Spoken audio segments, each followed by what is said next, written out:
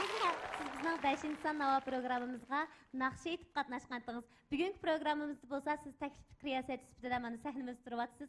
Hozir qanday hissiyatda bo'lyapsiz? Naytimi hoş buldum, hem naytimi hayacanlandım. Undaq bo'lsa bugungi 9-son nava programmamizga biroz sovg'at ib kelgansiz. Albatta, bugungi bu nova programmamiz bahar faslida elib berilayotgan bo'lg'achqa, men yoshlik degan naqshamni mishada tog'gan barliq aziz mehmonlarga sovg'a sifatida elib keldim. Yoqtirib olishinglarni umid qilaman.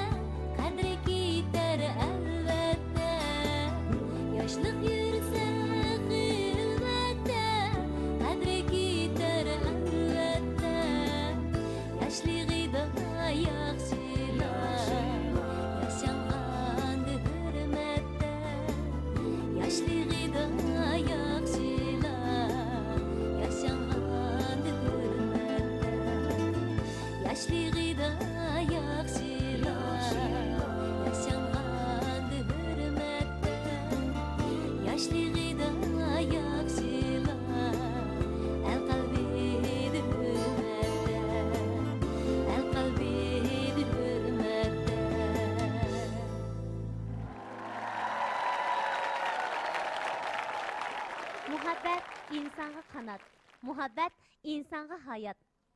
Muhabbet bilan yaşlığımız külüdü, muhabbet bilan hayatımız